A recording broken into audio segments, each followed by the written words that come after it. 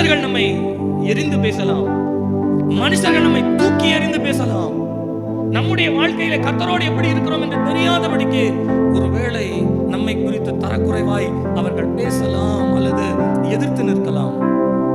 ஆனால் நம்முடைய உத்தமத்தை அல்லது நாம் கர்த்தரோடு உத்தமமாக இருக்க வேண்டும் என்ற நினைவு வாஞ்சையை ஒருவர் மாத்திரம் அறிந்திருக்கிறார். உங்களை நான் கானான் தேசத்திற்கு கொண்டு போவேன் என்று சொல்லி ஆண்டவர் 6 லட்சம் புருஷர்களை எகிப்திலிருந்து புறப்பட பண்ணினாரா. ஆனால் அதுல 2 பேர் உத்தம இருதயத்தோடு என்னை பின்பற்றினவர்கள் என்று கர்த்தர் கவனித்தாராம். நம்மை கவனிக்கும்படியாய், நம்மை கண்ணோக்கி பார்க்கத்தக்கதாய் ஒரு கிருபை இருக்கிறது. இந்த உலகத்தில் ஒருவேளை தாய் தகப்பன் கூட மறந்திருக்கலாம். சங்கீதக்காரன் சொல்லுகிறார், என் தாயும் தகப்பனும் என்னை கைவிட்டாலும் கூட கர்த்தரோ என்னை சேர்த்துக் கொள்ளுகிறவராய் இருக்கிறார்.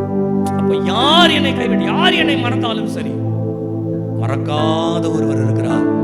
அவர் தான் நம்முடைய ஆண்டவர்.